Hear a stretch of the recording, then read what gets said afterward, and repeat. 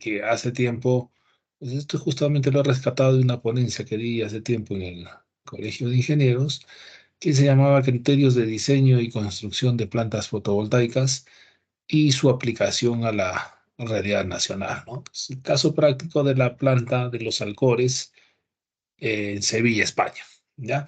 Entonces, vamos a ver esto, vamos a ver esta presentación eh, que habla sobre plantas fotovoltaicas. El caso de la planta de Los Alcores, es una planta en la que yo trabajé, los criterios de diseño y construcción, y también hablaremos un poquito sobre la normativa peruana relacionada a las energías renovables.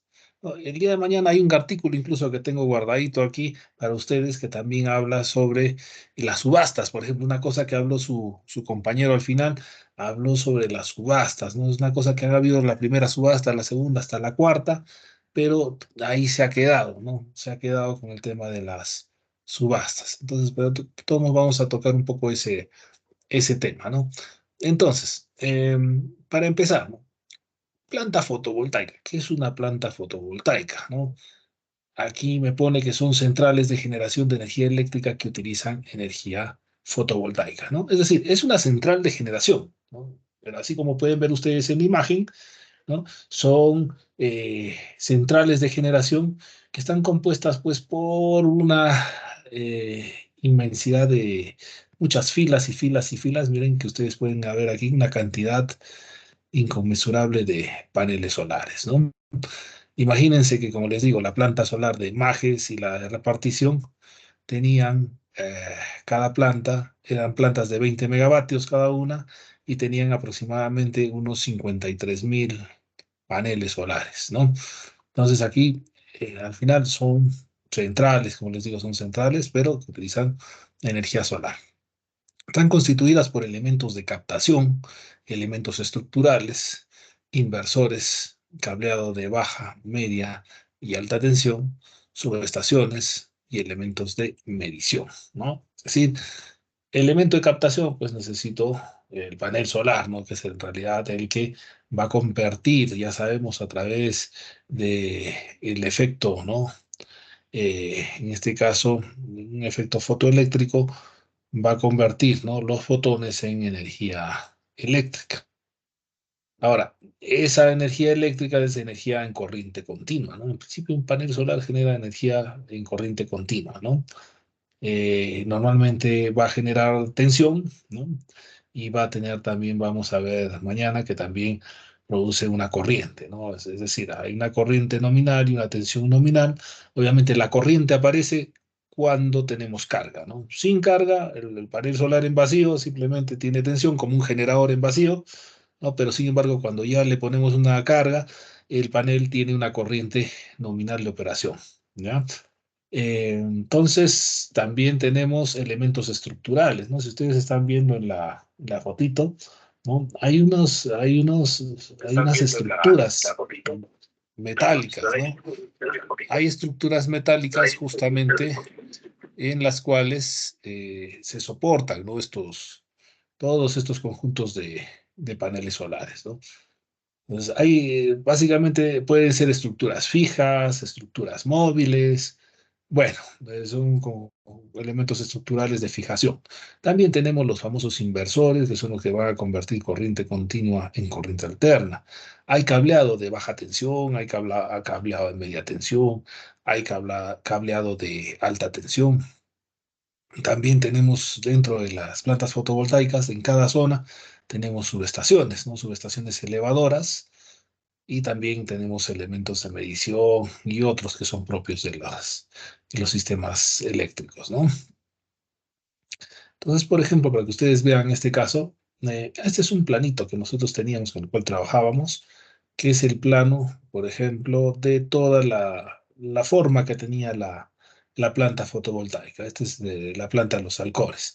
O sea, prácticamente eran dos etapas, ¿no? Una parte norte, ¿no? Esta parte norte, si vemos en el medio, ¿no? En el medio pues hay una línea, es como una carretera que hay al medio, y el resto, todo lo que está en los laterales son estructuras, ¿no? Con paneles solares, ¿no? Son filas de trackers, ¿no? El tracker prácticamente es una estructura que normalmente tiene unos 80 metros aproximadamente de longitud, que es capaz de soportar pues entre 80 y 120 paneles solares, ¿no? Entonces, aquí, por ejemplo, esta planta tenía 40 megavatios de potencia, más aproximadamente su potencia instalada.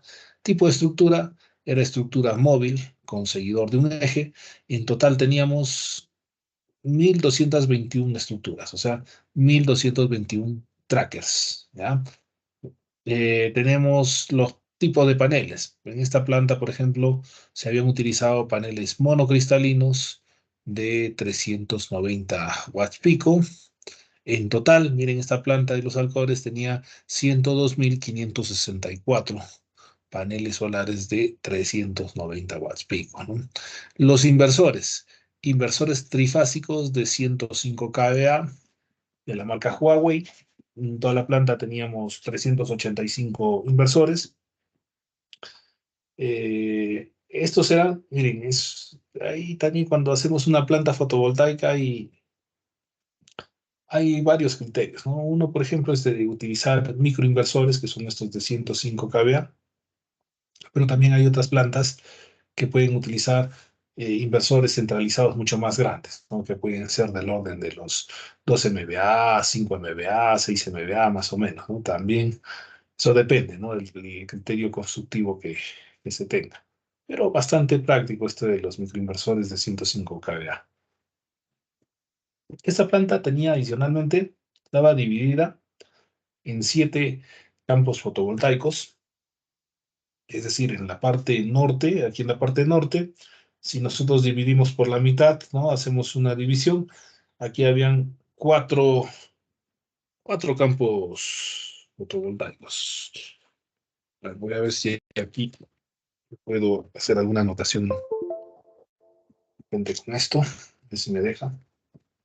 No, creo que sí, ya, miren, aquí por ejemplo, miren, más o menos esto se dividía, estoy trazando una línea aquí y por aquí, ¿no? Aquí más o menos me parece que habían algo de, eran 4 campos fotovoltaicos y aquí me parece que habían 3 campos fotovoltaicos, por aquí más o menos había un campo fotovoltaico, aquí más o menos había otro campo fotovoltaico y aquí había otro campo fotovoltaico, ¿no?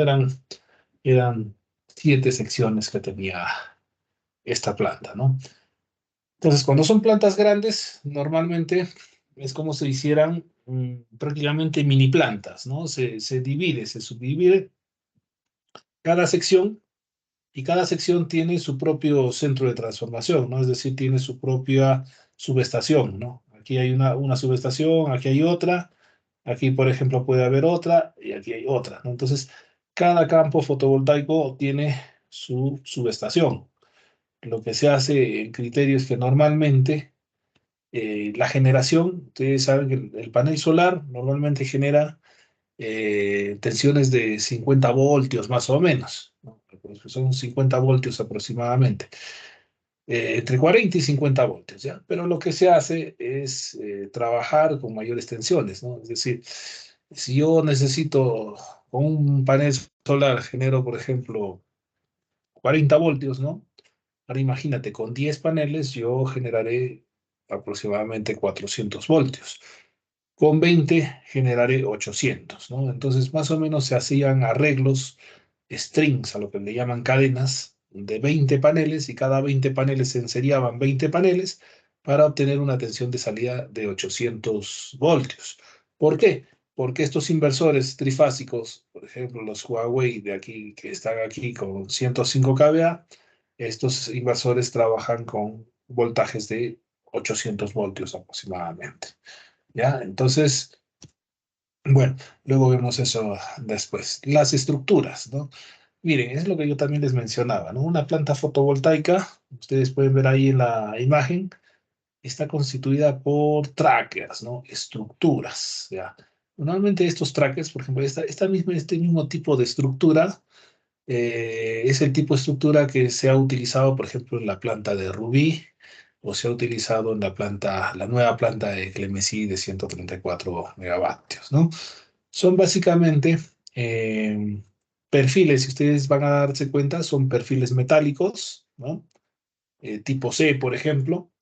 Y estos perfiles metálicos están en realidad hincados, ¿no? Es el término que se usa.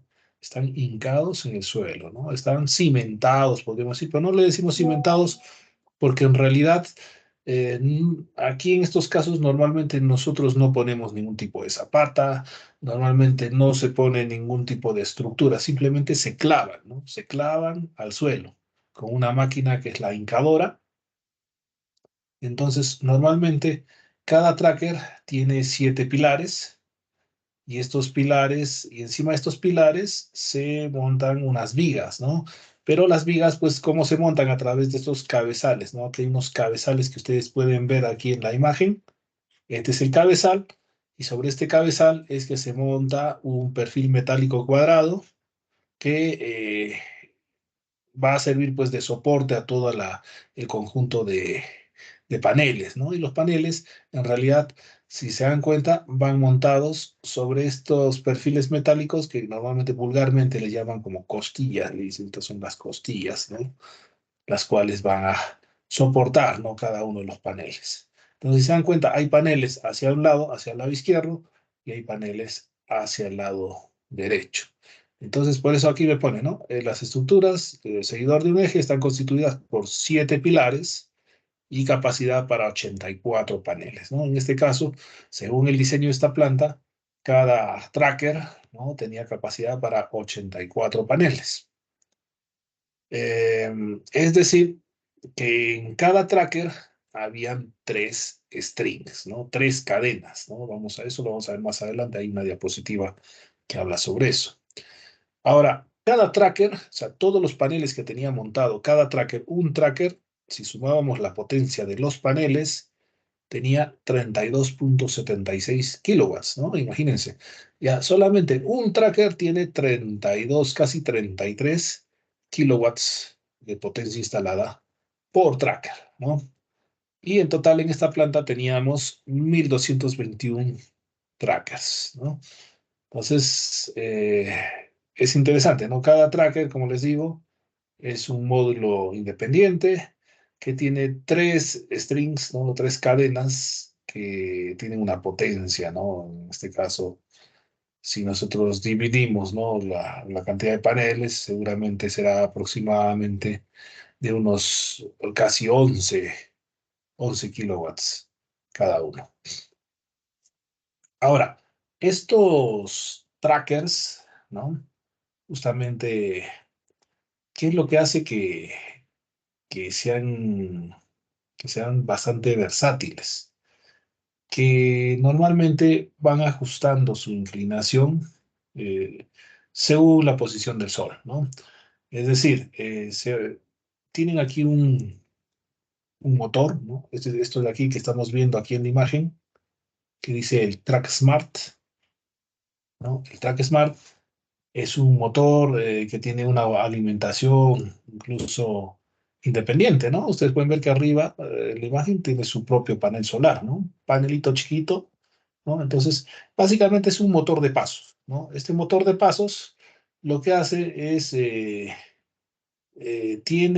ustedes ven el Track Smart, aquí esto es la batería, lo que es lo que he marcado, y lo que está en realidad, el motor es esto que está aquí, ¿no? Es prácticamente esto que está aquí, aunque el motor todavía no está puesto específicamente, pero sí todo el arreglo mecánico está puesto en el eje, ¿no? Lo que hace en realidad el motor es darle un torque y hacer que toda la estructura, ¿no? Esta viga cuadrada gire 15 grados aproximadamente, ¿no? O sea, le da un pequeño giro nada más. Tiene bastante fuerza, definitivamente tiene un buen torque para aplicarle simplemente un pequeño movimiento de 15 grados. Entonces, va girando de 15 grados en 15 grados, ¿no? Y así aproximadamente eso lo va haciendo durante pues todo el día, ¿no? Desde de repente su posición inicial, que puede ser a las 7 8 de la mañana, que empieza a generar, va cambiando de posición más o menos seguramente cada 30 minutos, ¿no? Va dando un giro, ¿no? De 15 grados y así va girando en todo el día, ¿no? Para cambiar su ubicación según pues la posición del sol, ¿no? La posición del sol no necesariamente pues es exactamente cada 30 minutos, sino según la posición del sol, ¿no? Que aproximadamente es así, ¿no? Más o menos cada 30 minutos, un par de minutos más, minutos menos, pero es así como lo hace, ¿no? Entonces, esto hace que se pueda optimizar justamente la generación fotovoltaica. O sea, no es lo mismo utilizar en una planta fotovoltaica, no es lo mismo utilizar estructuras fijas, donde todos los paneles están fijos a lo largo del año, mientras que en esta se están moviendo, ¿no? Con su seguidor solar, que es el Smart Tracker, hace que todo este conjunto de 84 paneles, con este motorcito, se mueven los 84 paneles a lo largo del día, ¿no? Entonces, esto aproximadamente me va a producir un beneficio adicional de un casi 27%. O sea que si yo con una estructura fija tengo una potencia y una energía generada, ¿no? A lo largo del día, yo puedo optimizar, ¿no? Mi planta fotovoltaica si es que utilizo un sistema de smart tracker, por ejemplo, ¿no? Entonces, si ustedes ven todos los trackers, tienen piezas desmontables. Todos son exactamente iguales, ¿no? Tienen los cabezales. Este específicamente tiene un cabezal central, ¿no? Lo que estamos viendo es el cabezal central. Está ahí montado el Track Smart con la batería. Ahí todavía le faltaba el motor, propiamente dicho. Tiene los paneles, ¿no? Hay una foto con los trabajadores que estaban montando los paneles. Otra característica, ¿no? Que en estas plantas, ¿no? Cuando vas al desierto, ¿no? A trabajar, toda la gente, muchos de ellos trabajan cubiertos, ¿no? Al menos aquí en el Perú, en España, bueno, la gente es un poco más osada y algunos van en polo, en camiseta y está, ¿no? Pero generalmente se suelen cubrir la cara porque la radiación es bastante alta. Esto de aquí que ustedes pueden ver, miren, en esta siguiente imagen, es una representación esquemática, miren, de los 84 paneles, ¿no? Cada uno de estos, aquí vemos dos, ¿no? Dos filas de paneles, ¿no? Una arriba y una abajo. Ustedes lo que pueden ver es cómo se hace el conexionado de los paneles solares. Si ustedes ven, en cada uno hay 84 paneles solares, ¿no? Hay 84 paneles, pero como ya les había mencionado, ¿no? De esos 84 paneles, si nosotros dividimos en este caso 84 entre 3, tendríamos a 28 paneles, ¿no? 28 paneles. Es decir, cada tracker va a tener 3 strings de 28 paneles. Entonces, 28 paneles más o menos, imagínense, vamos sumando a, de 40 voltios, 28 por 40, ¿no? Vamos a tener pues, tensiones que están rondando más o menos, más o incluso estamos llegando hasta superar un poquito los 1000 voltios, ¿no? Ahora, pero eso es pues en circuito abierto, ¿no? Cuando estamos trabajando en circuito abierto. Cuando trabajamos a tensión nominal, ¿no? En tensión nominal, normalmente estaríamos hablando de tensiones que van a estar más o menos en el orden de los 890 voltios, 880 voltios, más o menos por ahí, ¿no?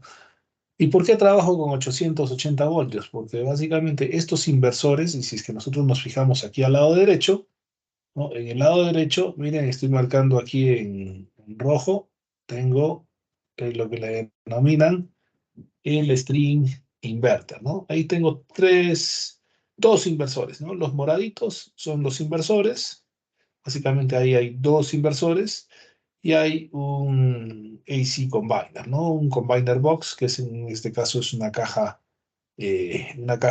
mezcladora, por así decirlo, una caja.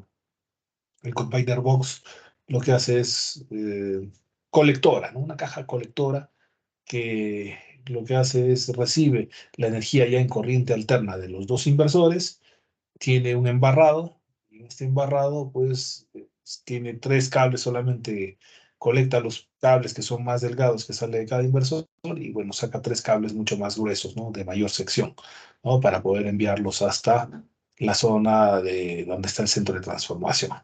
Entonces ahí se puede apreciar, ¿no? Cada tracker tiene string 1, string 2 y string 3, ¿no? Entonces, eh, en uno de ellos, por ejemplo, ¿no? Si nosotros vemos este string 3, por ejemplo, que estoy marcando aquí, ¿no? Vemos los paneles solares y en realidad el conexionado empieza aquí, donde estoy marcando el punto rojo ahora mismo, ¿no? Estoy marcando el punto rojo y en realidad va conectando todos los paneles como está siguiendo la línea, ¿no? Sigue la línea hasta aquí, hasta el final, y vuelve por el otro lado. Entonces, vuelve hasta aquí y aquí vamos a tener dos terminales, ¿no? El terminal positivo y el terminal negativo.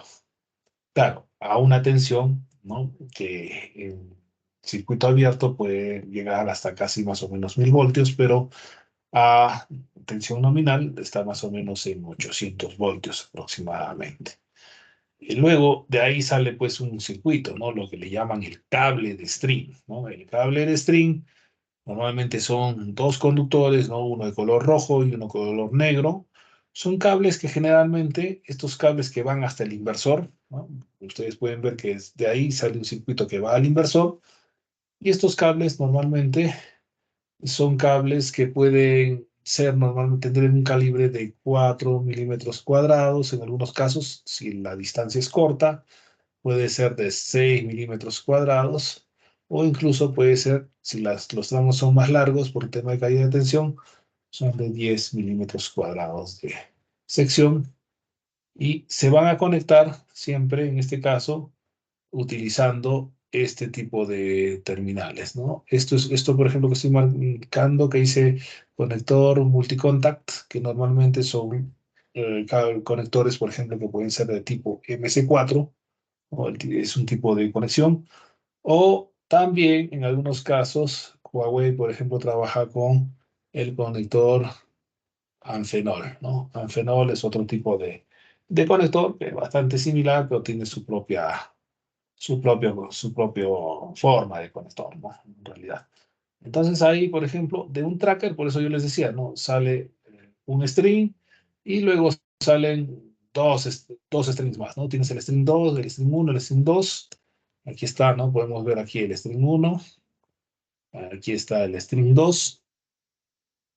Y cada uno de estos strings obviamente va a tener su terminal, su punto de contacto, ¿no? Aquí, por ejemplo, se ve, aquí hay un punto de contacto. Aquí, por ejemplo, aquí también te estoy marcando, ¿no? No sé si se nota, donde estoy marcando los puntos rojos, también hay otro contacto, pero uno es del string 1 y otro es del string 2. Entonces, desde ahí tienen que salir, pues, los cables, ¿no? Tiene que salir un circuito de cable que va a ir hasta el inversor, ¿no? Entonces, a veces, ¿y cuánto? Algunos se preguntarán, ¿y cuánto miden esas longitudes de cable, ¿no? Esas longitudes de cableado pueden ir más o menos desde los 40 metros, ¿no? Hasta los 120, 180 metros, ¿no? Dependiendo de qué tan lejos esté el string con respecto al inversor, ¿ya? Entonces, eso vamos a cambiar ahora a otra imagen. Estas son ya imágenes reales de los inversores de 105 kVA, ¿no? Este es un inversor, el inversor Huawei, ¿no? Aquí está, ¿no? Acá hay dos, ¿no? Se pueden ver aquí. Este es el inversor uno, por ejemplo, y este es el inversor 2. Ahí están los dos inversores y al lado está el combiner box, ¿no? Aquí a esto le llamábamos el combiner box, el AC box, ¿no? La caja de corriente alterna. Entonces, ¿qué es lo que pasa? Si ustedes se fijan en la figura de la derecha, eh, todos los cables, ¿no? Que vienen de los strings están metidos bajo tubos, ¿no? Entonces, todo está entubado, ¿no? Ahí está. Podemos ver cómo de cada string viene un par de cables, ¿no? Viene un cable rojo y viene un cable negro. Ahí se puede apreciar. Cada string, obviamente, sabemos, ya lo hemos dicho, que más o menos a unos 800 y pico voltios, ¿no? Y, y tiene una potencia específica, ¿no? Un manejo de potencia específica. cable que puede ser de 4, 6 o 10 milímetros por lo general. Ahora, pero estos cables entran al inversor, ¿no? Entran en corriente continua y a la salida salen corriente, en corriente alterna. ¿Ya? Espérense un momentito que se me ha ido esto. Vamos a activar una cosa aquí para poder hacer un zoom a la imagen. Ahí está. Ya. Entonces, miren, si nosotros vemos con un poco de mayor detalle, ahí se va a ampliar la imagen, ¿no? En sus pantallas seguramente se acaba de ampliar, ¿no? Vamos a ver que aquí, miren, aquí en la salida, miren, aquí, esta es la salida en corriente alterna del inversor 2 y esta es la salida en corriente alterna del inversor 1. Entonces, estos cables son tres cables, ¿no? Es una salida trifásica y estos cables van a ir y van a entrar por aquí, por la parte de abajo del combiner box. Internamente vamos a ver que hay en este caso hay un embarrado, ¿no? Con un interruptor de corte en carga y ese interruptor de corte carga, bueno, pues va a seccionar, ¿no? el circuito. Y luego aquí a la salida, en realidad, aquí los cables en este momento todavía no estaban conectados, pero aquí hay unos cables más gruesos, tres cables mucho más gruesos, eran cables si no mal recuerdo, eran cables de 240 milímetros cuadrados de sección de aluminio. Entonces, pero ya salía pues todo esto en corriente alterna, ¿no? La conexión en delta me parece que tenía aquí a la salida el inversor. El inversor lo puedes configurar para que la salida te sea trifásica, sea en delta o sea en estrella, por ejemplo, ¿no? Seguimos viendo aquí. Un momento, vamos a ver. Listo. Esto de aquí es el famoso AC Box, ¿no? El AC Box, que es el Combiner Box, también le llaman, ¿no? Internamente. En este caso, ahí está. Me había equivocado, no eran cables de 240, eran cables de 300 milímetros cuadrados. No me olvidaba eso. Y ustedes pueden apreciar aquí, miren, si ustedes ven un poquito más, si vemos un poquito más a detalle, ¿no? Vamos a ver que aquí internamente lo que tiene esta cajita es un embarrado que tiene incluso la protección con los fusibles, ¿no? Entra cada uno de los cables, las líneas, está bien marcado, R, S y T, ¿no? Entra en cada caso, aquí entran los cables de la fase R, aquí entran los cables de la fase S y luego vienen los cables de la fase T. Tienes protección con fusibles, todos son unos fusibles especiales, ¿no? Y son fusibles de corriente alterna, llegan al embarrado y aquí está, ¿no? En este caso, R, S y T, ¿no? Y aquí está, esto de aquí viene a ser mi interruptor de corte en carga, ¿no? Para que yo de repente en el momento en que quiero sacar de servicio toda esta zona, pues simplemente le doy una palanquita desde la parte exterior de la caja y así está en carga, pues cierro, abro el circuito, ¿no? Y no voy a tener arco eléctrico ni nada, ¿no? Es especial. Ahora, esto de aquí son los terminales, ¿no? Esos son terminales especiales, ¿no? Para cable de 300 milímetros, por ejemplo. Ahí nosotros también poníamos estos terminales con unas crimpadoras como la Hilti, por ejemplo, que son especiales. Y bueno, eran terminales, en este caso, eran terminales bimetálicos, ¿no? Porque aquí, por ejemplo, era la característica que trabajábamos con cables de aluminio, pero sin embargo, aquí ustedes pueden apreciar que en este caso el terminal propiamente dicho, que va a ir al interruptor de corte en carga, pues estaba hecho de cobre, ¿no? Entonces ya era internamente, era un terminal bimetálico especial, ¿no? Para estos casos. Entonces, esto es lo que hay dentro, ¿no? De la cajita del famoso Combiner Box. Y de aquí estos cables, ¿a dónde van? Estos cables van a la subestación. Nosotros tenemos una subestación o centro de transformación. En realidad, si ustedes se dan cuenta, la energía ahí ya está saliendo en corriente alterna en 800 voltios aproximadamente. Entonces hay que mandarlo a un transformador para que este transformador eleve la tensión. Te la eleva, por ejemplo, de 800, la eleva a un nivel, me acuerdo que la elevaba, creo era 36 kV aproximadamente, ¿no? Y en este caso, toda esta caja compacta, ¿no? Era la subestación, ¿no? Una subestación tipo caseta, que la habían fabricado la marca Huawei con el transformador, ¿no? Obviamente he dicho que venía de un transformador de más o menos 6 MVA, 6.3 MVA, y tenía pues sus tableros, ¿no? De baja tensión, y por el otro lado tenía las celdas de media tensión, ¿no? Entonces, esta es la forma, ¿no? La forma estructural. Y ojo, hay que tener en cuenta que también otra cosa que hay que, si bien es cierto, estábamos, ¿qué les digo? O por así decirlo, pero esta cajita pues no se puede poner encima, simplemente fijar en el suelo y ya está, ¿no? Sino que, como ustedes pueden apreciar en los planos, también implica que hay que hacer una cimentación, ¿no? Hay pequeña obra civil donde se tiene que hacer unas cimentaciones, unos dados de concreto, básicamente, para el soporte del, del- de la subestación, ¿no? De todo el centro de transformación. Se tenía que fijar ahí, y aparte, en la parte de abajo, como estos transformadores son sumergidos en aceite, también es necesario tener un depósito, ¿no? Para todo lo que es el filtrado del aceite. Bueno, ahí estoy yo, pues, específicamente haciendo el desmontaje de estos transformadores hace unos años ya atrás, ¿no? Y íbamos a instalar, en este caso, la descarga en obra de los 6 centros de transformación de 6.3 MVA y uno que teníamos específicamente de 2.5 MVA. Bueno, este era un caso especial por la potencia de la planta, que para llegar a los 40 necesitábamos, bueno, 6 de 6.3 y uno pequeñito de 2.5. Hay otras plantas donde pues todo es de 6.3, ¿no? Eso ya depende del criterio del diseñador específicamente.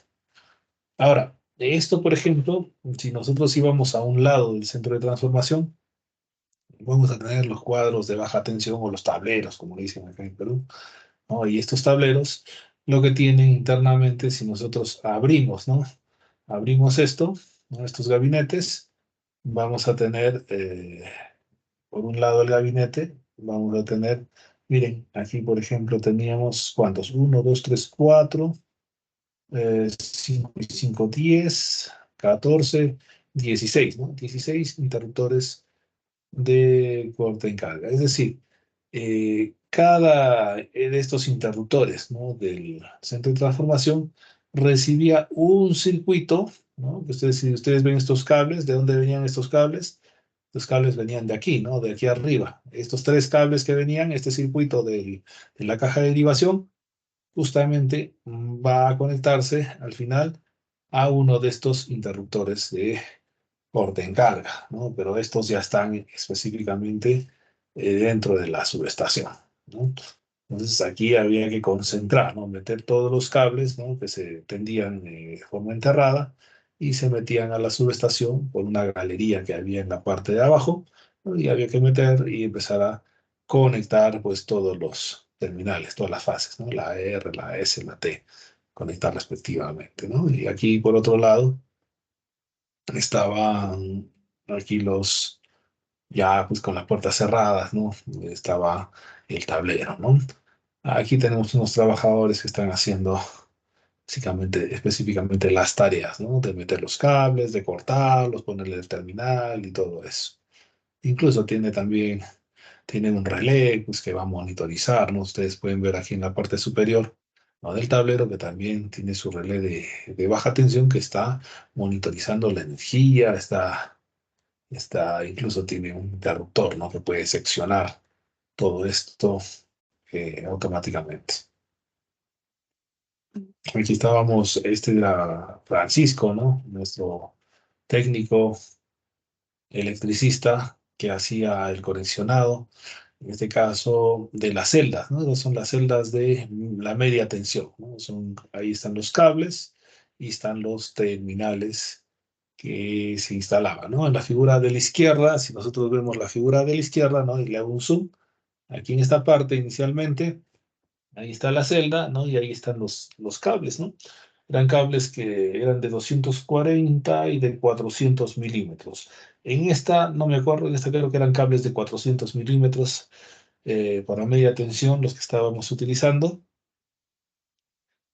Había que meter los cables, había que pasarlos primero, luego cortarlos, y luego ya venía este hombre por detrás, y lo que hacía Francisco era ponerle los terminales a cada uno de los cables, ¿no? Para poderlos conectar ahí en la celda, ¿no? Normalmente acá pues, se ponía, si ustedes se dan cuenta, había pues alguna celda que era de remonte, otra celda que era de medición, de protección, ¿no? Dependiendo del caso de las subestaciones, ¿no?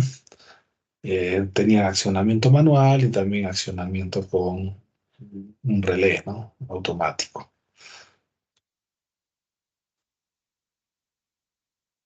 Esto de aquí ya, por ejemplo, es la subestación, ¿no? Pero es la subestación de potencia, es una subestación de 38 MVA. Esa subestación ya es la que manejaba toda la potencia, ¿no? Es decir, de, de cada una de las subestaciones, ¿no? Salía la energía más o menos en 33, 30, en 36 kV, recuerdo bien exactamente, 36 kV más o menos, 34 o 36 será. Y llegaba pues, ¿no? Hasta unas celdas, y de las celdas venía, unas celdas ya colectoras, venía al transformador, ¿no? El transformador de potencia. Y ese transformador de potencia pues se elevaba a una línea que estaba, si no mal recuerdo, más o menos una tensión de 138 más o menos. Para esta subestación también tenía su sala de control, ¿no? Su sala de control donde también teníamos diversos dispositivos, interruptores, computadoras, relés, ¿no? Que aquí adentro iban a hacer la gestión de toda la planta, ¿ya? Bueno, eso más o menos en líneas generales para que ustedes se hagan una idea, ¿no? De cómo está hecha pues una planta fotovoltaica, ¿no?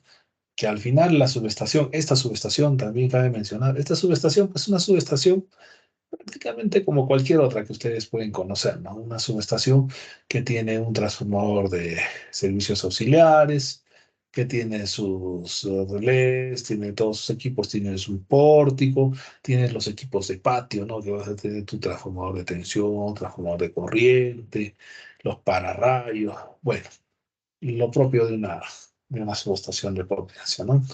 Entonces, pero la idea es que si ustedes se van dando cuenta, cómo es que para tener la energía, ¿no? Que sale, ¿no? A una barra de 138 kV en alterna, ¿no? Todo esto ha tenido que pasar por un proceso, ¿no? Y si rebobinamos un poco y volvemos hacia atrás, vamos a ver que todo se inició eh, en estos paneles solares, ¿no? Estos paneles solares que están unidos, ya les digo, en seriados, ¿no? Que al final cada cadena, cada string me estaba dando más o menos unos 880 voltios más o menos, y todos estos se conectaban en realidad, ¿no? Que ahí están, según cada string se conectaba pues a un inversor, ¿no? Cada cadena viene un inversor, entra en 800 voltios en corriente continua, sale en 800 voltios en corriente alterna, y es más, normalmente entran más o menos,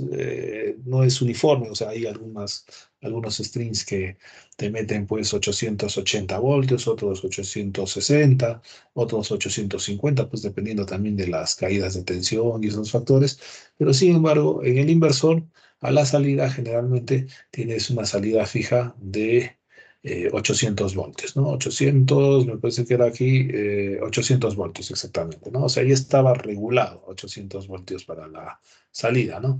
Vienen al combiner box, se juntan los dos circuitos, salen y se van justamente de aquí, del combiner box, se van hacia nuestro tablero que está en baja tensión, dentro de la subestación, ¿no? Ahí está el tablero de la subestación, entran, pasan por el transformador, ¿no? Y a la salida del transformador salen, ¿no? En media tensión.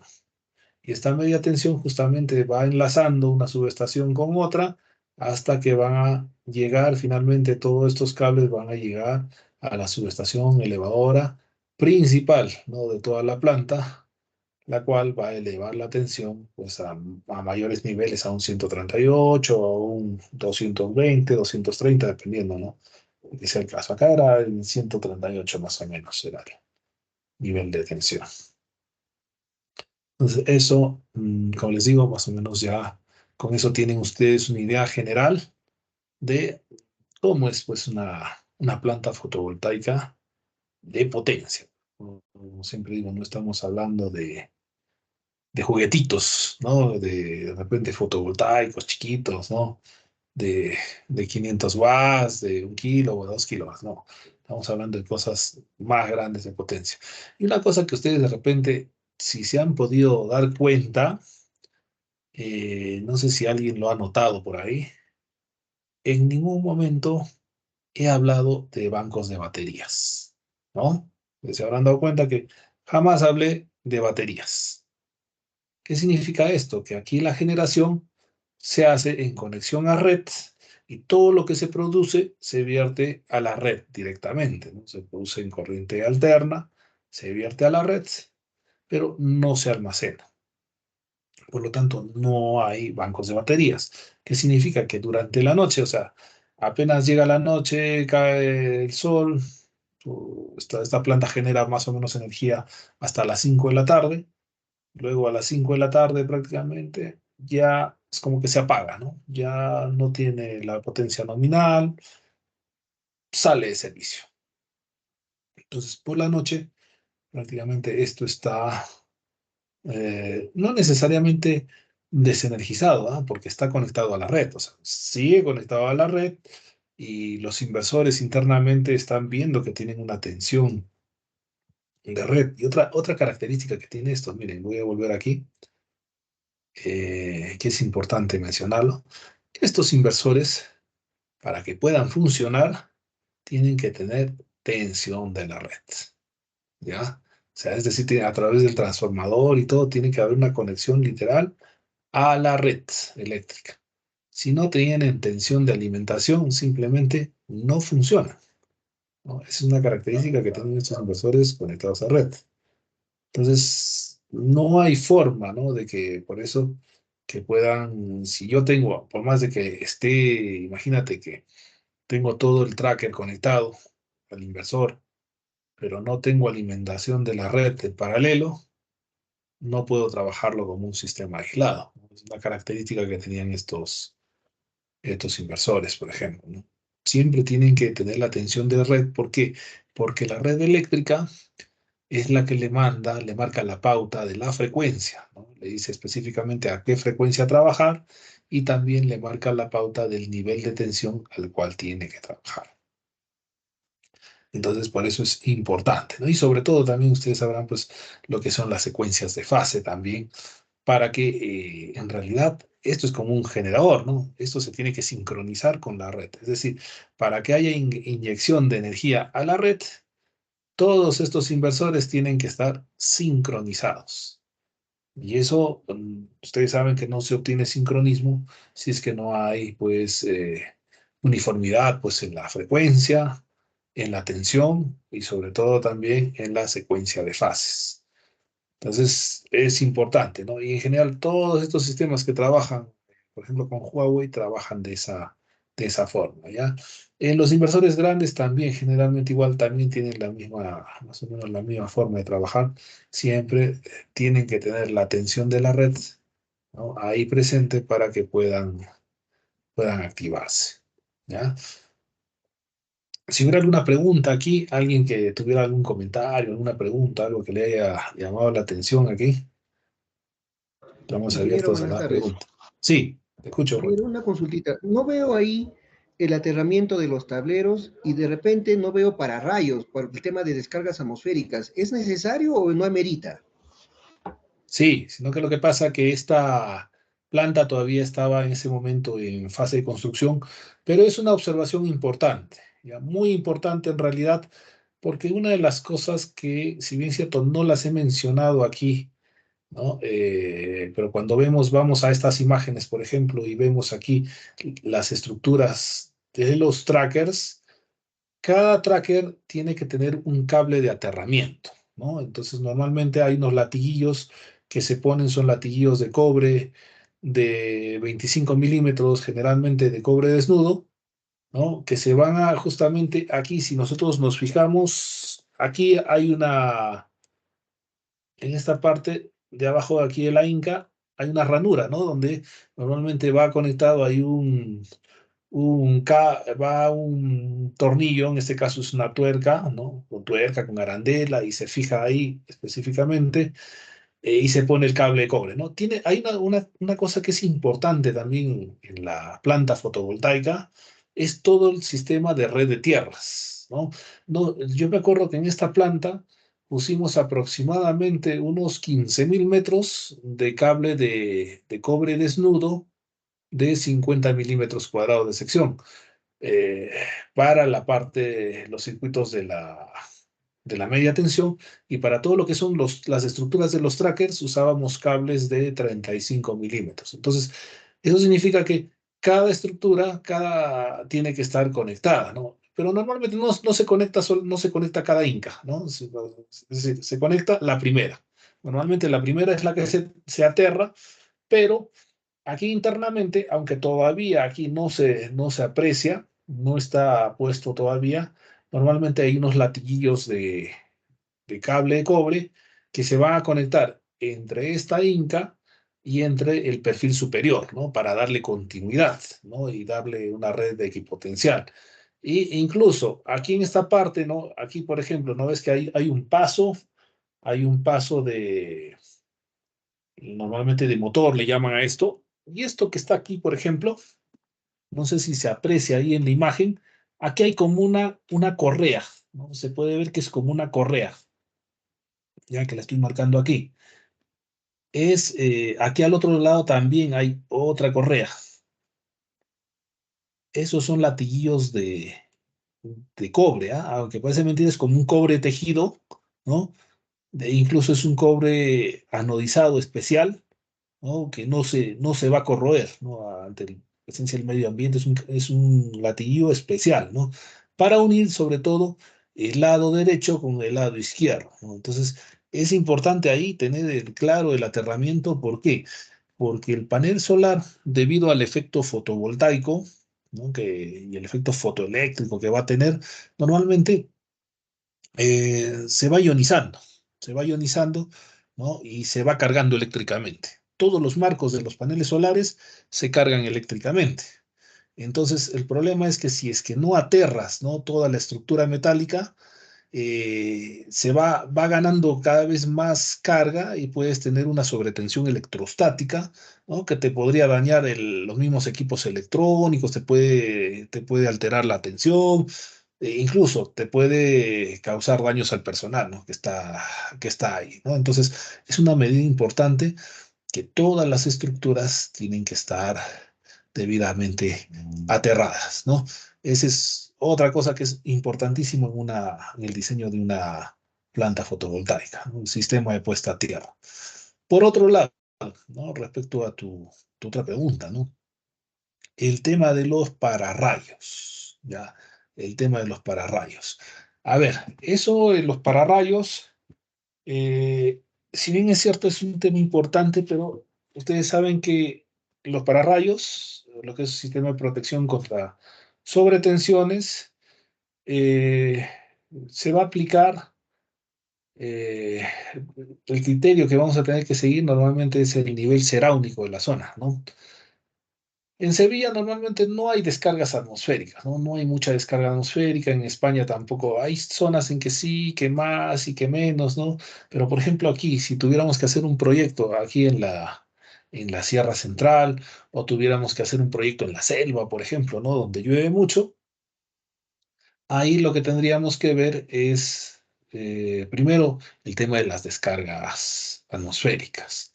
Entonces, ¿qué se suele hacer?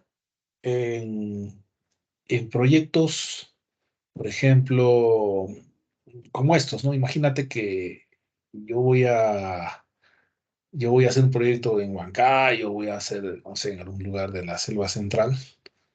eh, Definitivamente tengo que poner sistemas de protección contra sobretensiones. Eso implica que puedo usar pararrayos, sí, puedo usar. Incluso hay estudios que hablan sobre qué criterios. Me acuerdo que hace tiempo por ahí vi una tesis muy bonita que hablaba sobre las protecciones contra sobretensiones en planta fotovoltaica. Ya, y eso es todavía algo que todavía no está un poco incipiente, ¿no? Porque generalmente los lugares donde ponen estas plantas generalmente son desiertos donde nunca llueve, ¿no? Casi siempre la mayoría de estas plantas están en lugares donde nunca llueve. Pero sin embargo, si nos animáramos a poner, por ejemplo, un sistema aquí en el Valle del Mantaro, sí vamos a tener que toparnos con el tema de las descargas atmosféricas.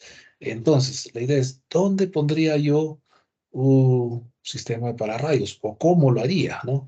Para empezar, una cosa que tendría que hacer es, mira, como todos estos cables trabajan en corriente continua, y también aquí tengo corriente alterna, normalmente si yo tengo, por ejemplo, yo tengo dos cosas, dos criterios. Uno, me estoy acordando que estos inversores Huawei internamente llevan un sistema de protección contra sobretensiones que está hecho en base a varistores, ¿no?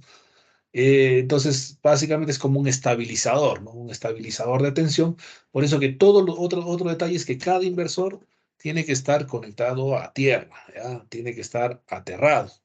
Entonces, eso es condición fundamental. Cada inversor, todos los inversores van aterrados. ¿Para qué? Para que de todos modos el tema de la protección contra sobretensiones pueda actuar en el momento que se requiere. O sea, ya el inversor ya lo trae, ¿no? Ahora, otra cosa que se puede hacer es instalar dentro de esta caja de derivación, se puede instalar una protección contra sobretensiones, ¿no? Simplemente ponemos aquí la cajita, no sé si ustedes han visto normalmente estos protectores contra sobretensiones tienen más o menos el aspecto, ¿no? La forma de básicamente de un interruptor termomagnético, ¿no? Que generalmente tiene tres o cuatro divisiones, ¿no?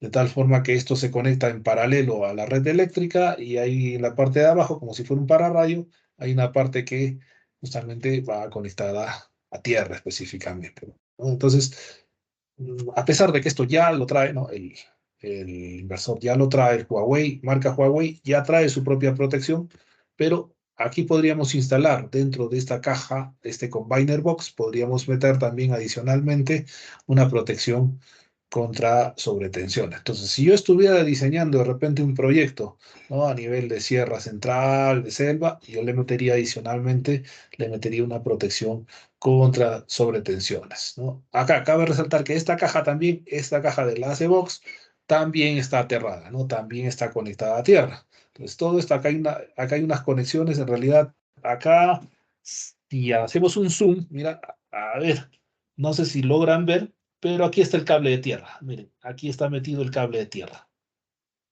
Aquí hay un cable de tierra. Claro que todavía como está en obra, está todo medio movido, pero ahí está el latillo de cable de cobre para la tierra, ¿no? Entonces, eso es lo que tendríamos que poner en principio aquí, ¿no? En este punto. Ahora, lo que ya es subestación, ¿no? Si nos vamos aquí, ya pasamos esta etapa y nos vamos ahí, salimos de aquí y nos vamos aquí al centro de transformación o la subestación secundaria. Aquí dentro podríamos poner dentro de estas celdas, de repente tanto en el lado de media tensión como en el lado de baja tensión, podríamos poner también una protección de pararrayos, por ejemplo, ¿no? Se le puede instalar también aquí en la celda, se puede instalar su pararrayo, ¿no? Porque si es que hubiera pues alguna sobretensión de repente transitoria, ¿no? De algún tipo o alguna descarga atmosférica que pudiera caer, imagínense la estructura metálica de repente de la caja del contenedor, también todo esto estaría aterrado y prevendría pues de la descarga atmosférica. Y obviamente que aquí, ¿no? Si nos vamos aquí al transformador de potencia, ¿no? En el transformador de potencia, vamos a ver que también tiene sus pararrayos, ¿no? Aquí hay, parece que por aquí están aquí atrás están, aquí atrás, por aquí atrás se ven pararrayos, ¿no? Que están incorporados dentro de esta subestación, ¿no? Entonces, tiene, ¿no? Tiene también, aparte seguramente, yo me acuerdo que en el patio de llaves, como cualquier otra subestación convencional, tiene también incorporados pararrayos. Entonces podríamos incorporar la protección de pararrayos tanto a niveles de baja tensión, media tensión y alta tensión, ¿no? O sea, más o menos serían los criterios que podríamos incorporar. Pero bueno, aquí en este caso en Sevilla, pues es bajo el nivel de lluvia, el nivel de descargas atmosféricas, pero sin embargo, como les digo, traía, ¿no? Cada inversor traía su propia protección contra sobretensiones transitorias. ¿Alguna pregunta más? ¿Alguna otra duda? ¿Alguna otra cosa que quieran aclarar por ahí?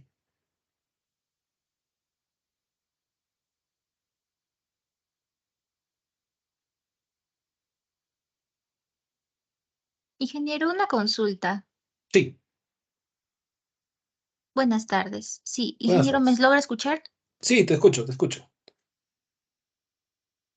Mencionó que no se, bueno, en esta estación, subestación, no se utilizaba este banco de baterías que generalmente, pues, se hace uso. ¿Eso lo han evaluado por el tipo de subestación, o por un tema económico, de ahorro económico? Ya, mira, yo te comento. Los proyectos grandes no usan bancos de baterías, ¿no? Este es un proyecto grande, estamos hablando de una planta de 40 megas, ¿no? Entonces, en realidad poner banco de baterías le incrementaría un costo significativo al proyecto. O sea, se podría hacer, de repente en algún caso se podría hacer, quizás hay proyectos, hay planes de repente en el futuro incorporar pues lo que se denomina los BES, ¿no? Los Battery Storage Systems, ¿no? Pero de momento, según la arquitectura, ¿no? Que se ha definido ya, con la cual se viene trabajando en todas estas plantas, en la de Sevilla, la planta de Carmona, la planta de Almería, las plantas de Extremadura, y una serie de plantas que incluso por ahí he estado ayudando también a hacer supervisión y otras cosas de forma online, incluso actualmente con gente de allá todavía con la que me mantengo en contacto. No utilizan bancos de baterías, ¿no? Eso que quede bastante claro. ¿Dónde se están utilizando generalmente? ¿Qué tipo de proyectos utilizan bancos de baterías? Por ejemplo, hace no mucho el Ministerio de Energía y Minas, estoy diciendo hace no mucho, refiriéndome antes de la pandemia, el año 2017, por ahí más o menos, sobre esa fecha, entre el 2017 y el 2020, el Ministerio de Energía y Minas hizo dos proyectos de electrificación rural, ¿ya?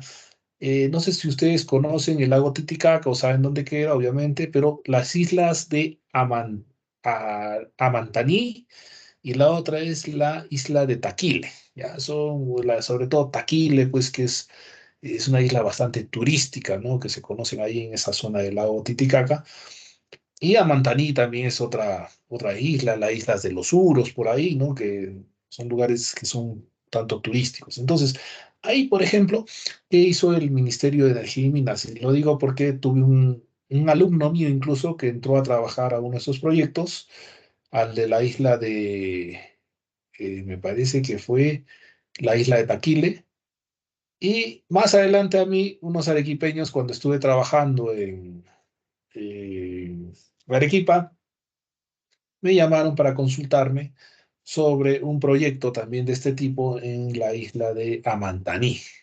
Entonces, ¿qué es lo que estaba haciendo el gobierno? El gobierno había hecho un sistema fotovoltaico, ¿no? Pero que tenía banco de baterías, ¿ya? Era un proyecto, si no me equivoco, si no mal recuerdo, de más o menos unos 100 a 150 kilowatts de potencia, ¿no? Es decir, los proyectos que tienen 100 kilowatts, 200 kilowatts, de repente 500 kilowatts, ¿no? Sí pueden contemplar de repente uso de Battery Storage System, ¿no? De acuerdo a la necesidad del proyecto. Porque en este caso, ¿qué es lo que pasaba? Claro, son sistemas aislados. Ten en cuenta que ahí, por ejemplo, en la isla de Amantaní, básicamente no es un sistema aislado, no se conecta a red, o sea, prácticamente solamente dependen de su propio sistema. Entonces, eran proyectos que tenían, en este caso, su sistema fotovoltaico, ¿no? De 150 kilowatts con respaldo de unos grupos electrógenos. Entonces, es decir, cuando faltaba de repente energía en las baterías o tenían algún problema, ¿qué hacían? Arrancaban su grupo electrógeno, ¿no? El grupo electrógeno va como respaldo simplemente, ¿no?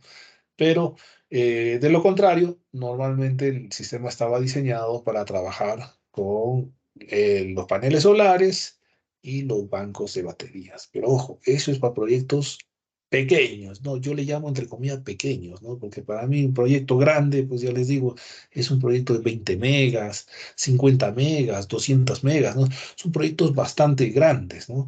Pero estos proyectos pequeñitos, entre comillas, ¿no? Que no son tan pequeñitos, pero a los que de repente muchos de ustedes están familiarizados o han tenido conocimiento, han visto, normalmente sí suelen ponerles bancos de baterías porque por la noche generalmente la gente cuando más usa electricidad es por la noche. Entonces, generalmente en este caso, en el caso de los pueblos, ¿no? Pues, la gente suele utilizar la electricidad por la noche, ¿no? Para alumbrado, para su televisión, para otras cosas, ¿no?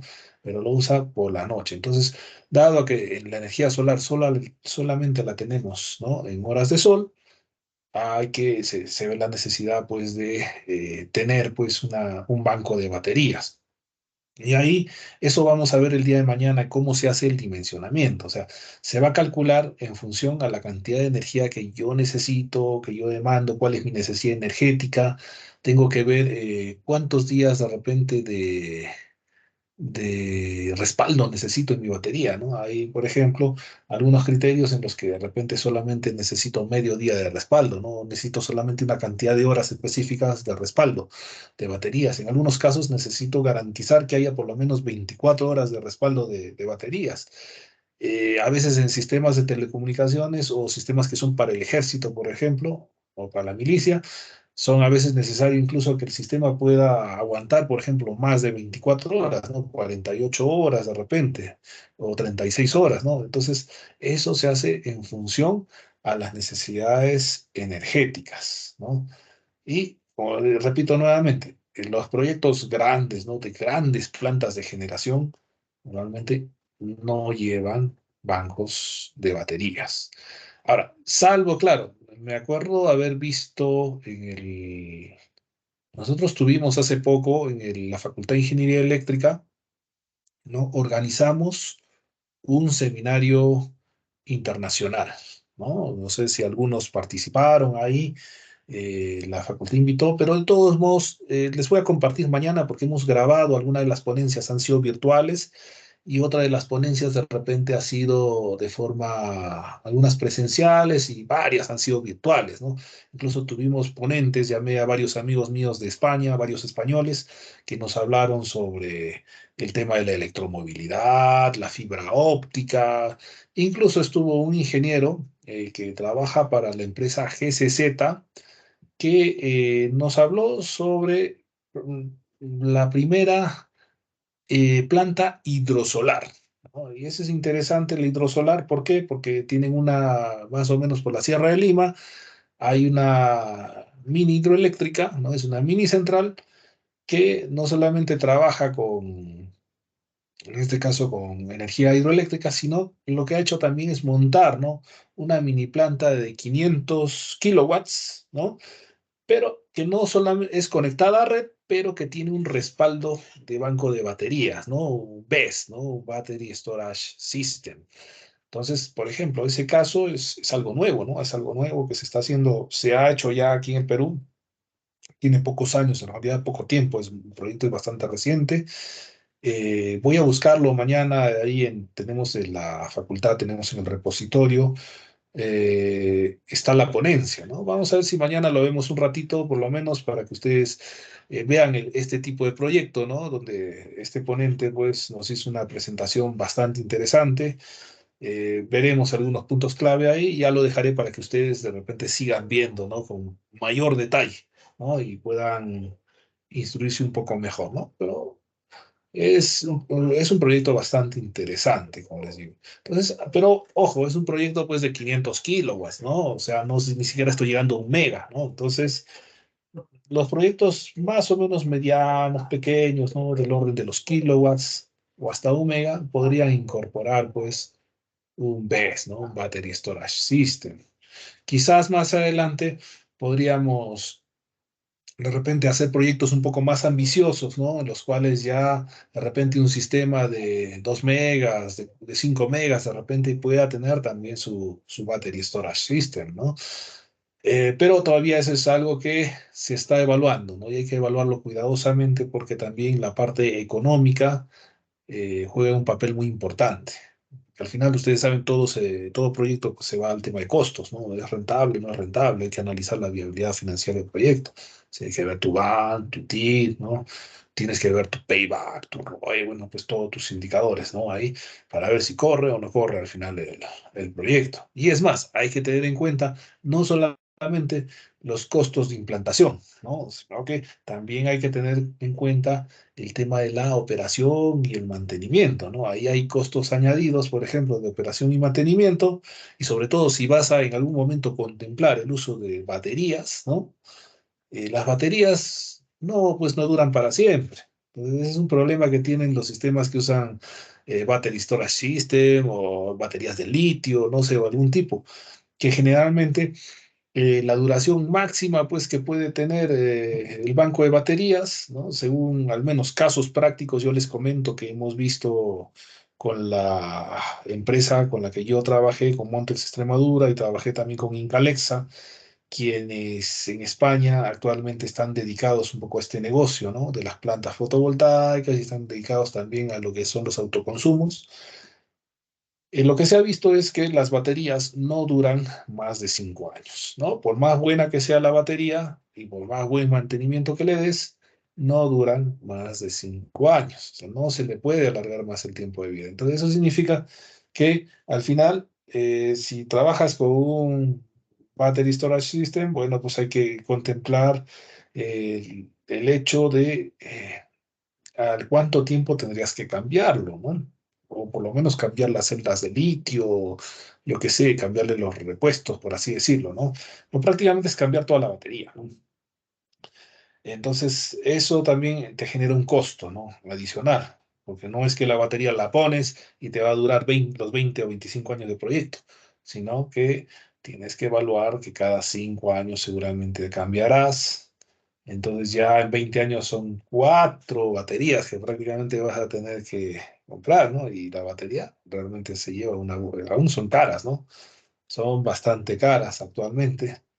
Para que ustedes tengan una idea, eh, más o menos una batería de, déjenme acordar, de 7 kilowatts hora, por ejemplo, que más o menos te da esa de 7, 10 kilowatts hora más o menos de energía, aproximadamente en el mercado nacional, así es decir, aquí en Perú, a través de repente esta empresa que trae, importa equipos, que es Autosolar, está costando un promedio de 40.000 soles, ¿no? O sea, estamos hablando de unos 10.000, 12.000 dólares más o menos, ¿no? Entonces, eso es para 10 kilowatts hora nada más, ¿no? De autonomía.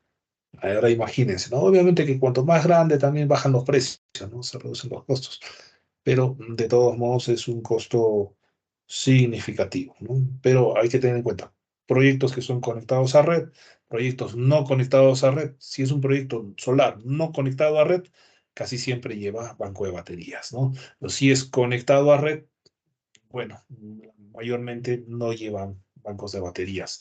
Y eso mañana continuaremos viendo ese tema, ¿no? Bueno, y para terminar casi esta diapositiva, ya que queda poco ya, los criterios de diseño, ¿no? De todos modos, aquí en forma resumida, les pongo algunos criterios que tenemos que tener siempre para el diseño, ¿no? Cuando vamos a hacer nuestros sistemas fotovoltaicos, nuestras plantas, mini plantas, ¿no? De la envergadura que sea, hay que tener siempre en cuenta, uno, la radiación, ¿no? Los aspectos climatológicos, y en este caso principalmente es la radiación solar de la zona, ¿no? Eso es importantísimo porque eso te va a definir en realidad cuál es la potencia que tú necesitas, cuál es la cantidad de energía máxima que puedes generar. Necesitas también saber la temperatura de la zona, porque como veremos mañana, la temperatura juega un papel importante en las pérdidas que va a tener el panel solar, ¿no? O la célula fotovoltaica, ¿no? A mayor temperatura, mayores pérdidas, ¿no? Entonces siempre hay que tener en cuenta que, por ejemplo, si yo voy a hacer mi proyecto en una zona donde, como la selva, ¿no? La costa, de repente donde llegan, hay momentos en que se puede sobrepasar incluso los 30, 40 grados, las pérdidas van a aumentar también, ¿no? Eso es importante, la temperatura. La latitud también, porque me va a definir la inclinación y la orientación que tienen que tener los solares. Como aspectos técnicos, también tengo que tener en cuenta el tipo de panel, si voy a usar un monocristalino, un policristalino, incluso actualmente ya sabes que se usan los bifaciales, por ejemplo, ¿no? El tipo de estructura, si va a ser una estructura fija o si va a ser estructura con seguidor de un eje o seguidor de dos ejes, ¿no? Lo que habíamos llamado el tracker, ¿no? Generalmente cuando son plantas grandes, es normal que utilicemos un tracker, porque el tracker mide 80 metros, imagínense, 80 metros es grandote, entonces necesito un gran espacio, ¿no? Para poner el tracker. Pero si tengo poco espacio, tengo una planta pequeña, de repente voy a hacer una plantita, por ejemplo, de estas de 100 kilowatts, 200, 300 kilowatts, y no tengo mucho espacio. Imagínense que lo voy a hacer un proyecto, un colegio, un instituto, una universidad. Normalmente tendría que utilizar más, seguramente, una estructura fija, ¿ya? O si fuera tracker, tendría que buscarme un tracker que no tenga tan grande longitud, ¿no? Un tracker, por ejemplo, de 20 metros, ¿no? Aunque los he buscado y no he encontrado, sí, hay artesanales, pues, ¿no? Pero no he encontrado, pues, a nivel industrial, comercial, un tracker, por ejemplo, de 20 metros. Creo que lo mínimo que hay es un tracker de 50 metros, por ahí, que me parece que hay una empresa española que los fabrica. Otro aspecto técnico, la interconexión. ¿A dónde me voy a conectar? ¿No? ¿Dónde va a ser el punto, la barra, como dicen, de conexión? ¿No? ¿Cómo me voy a conectar? Si es que voy a hacer una planta, tengo que tener una subestación cerca, ¿no? Tengo una subestación de potencia para conectarme a esa barra, ¿no? Y ver el nivel de tensión en el que me voy a conectar, por ejemplo, ¿no? Para eso hay que diseñar, pues toda una red, ¿no? Una línea de media tensión o de alta tensión, ¿no? Es importante ver, pues, por eso la interconexión. Aspectos económicos. Importantísimos los estudios de viabilidad económica, ¿no? Para ver si el proyecto va o no va, ¿no? Los peajes de transmisión. También es importante saber cómo vamos a entrar, ¿no? Al sistema y cuáles son los peajes de transmisión si es que quiero vender mi energía, por ejemplo, en otro lugar, ¿no? Y también para estas plantas grandes, incluso las medianas, también las chiquitas, ¿no?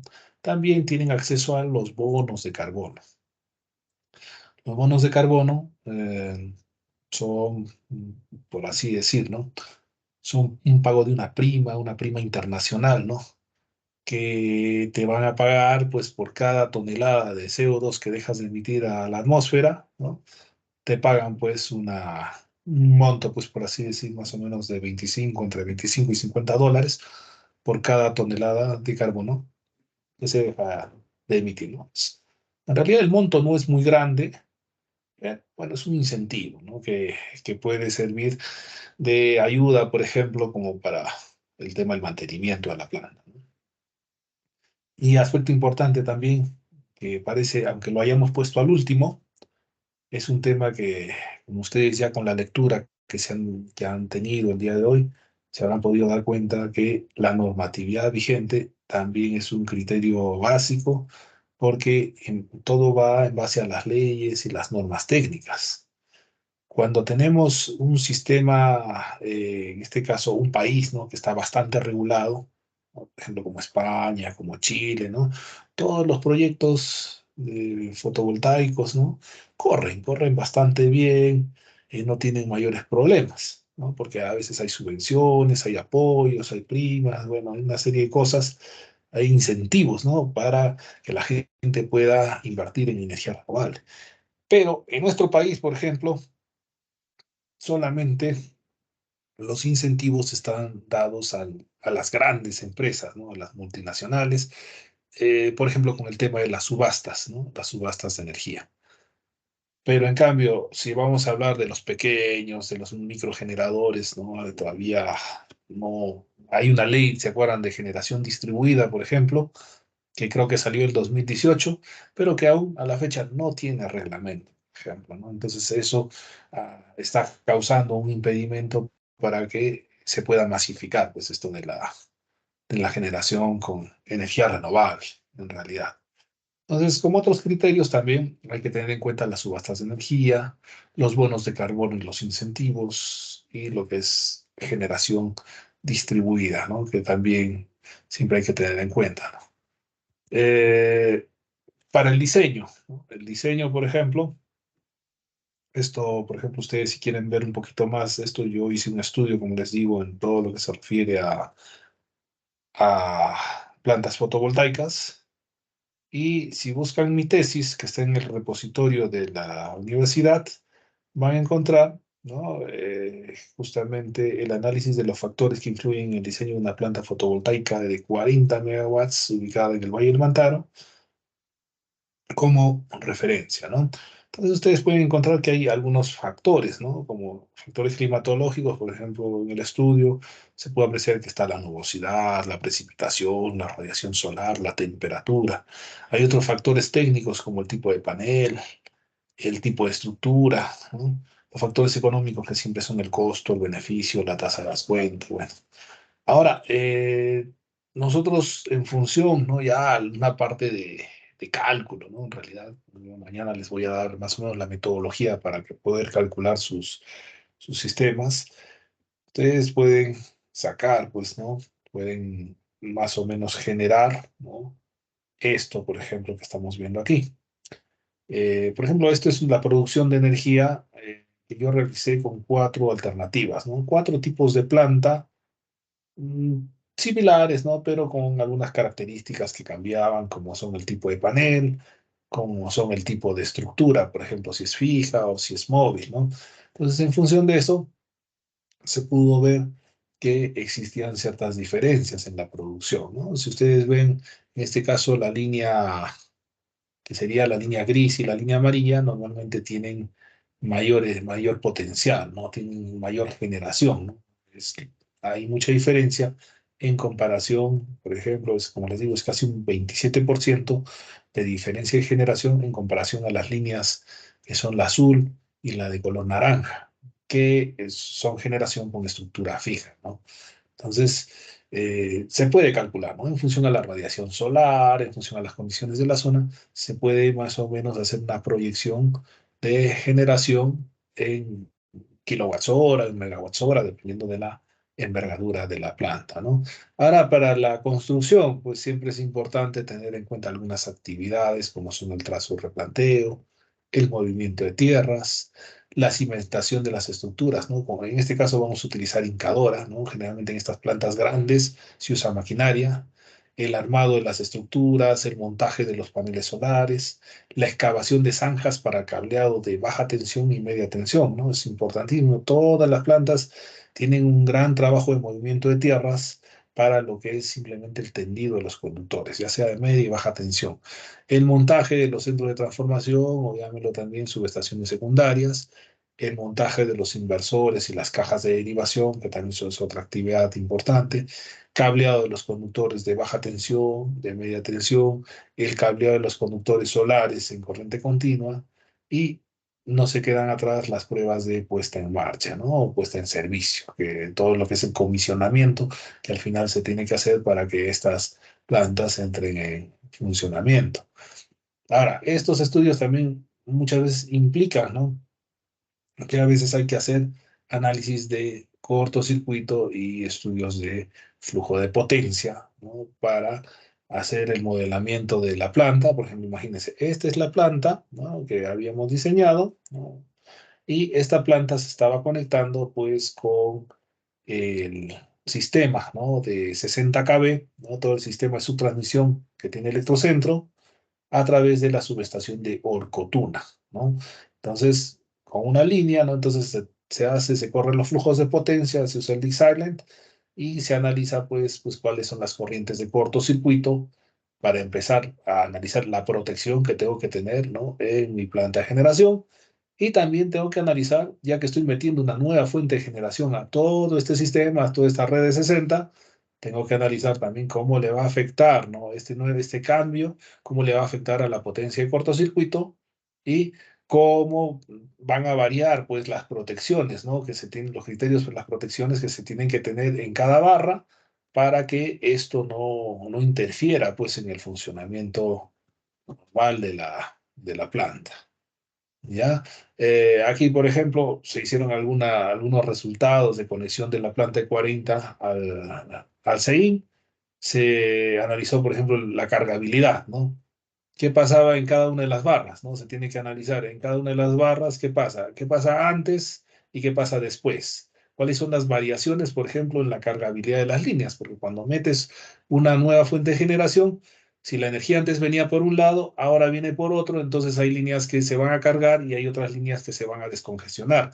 Entonces, aquí, por ejemplo, se pudo apreciar que habían algunas variaciones en algunas líneas, algunos casos de mejora y otros casos en que se congestionaba la línea.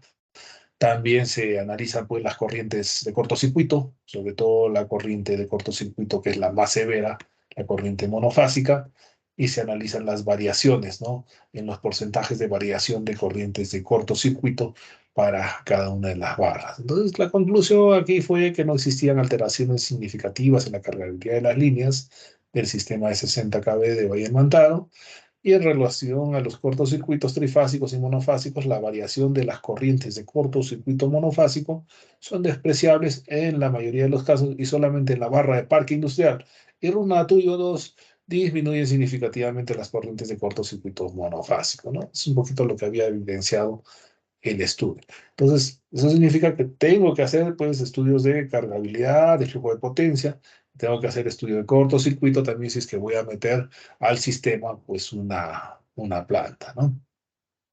Y tener en cuenta el tema de la normativa. Esto es el marco normativo y la parte de la conclusión final ya la voy a ver el día de mañana, ¿ya? Para hablar con mayor detalle de todo esto. Y si hubiera alguna pregunta, pues mañana continuamos viendo este tema, ¿ya? A las 2 de la tarde, ya seguramente estarán ya que se quieren comer el mundo, como dicen, así que yo creo que ya lo dejamos para el día de mañana, ¿no? Si hubiera alguna pregunta, mañana seguimos discutiendo esto, ¿no? Algunas preguntas que ustedes tengan, las voy a seguir aclarando, ¿no? Cualquier duda que tengan me pueden preguntar. Y entraré también al tema del diseño, ¿ya? Diseño para que ustedes también puedan hacerme su proyecto, ¿no? Si alguien va a hacer proyecto fotovoltaico de repente, puede presentarme su proyecto, ¿no? Relacionado a esto.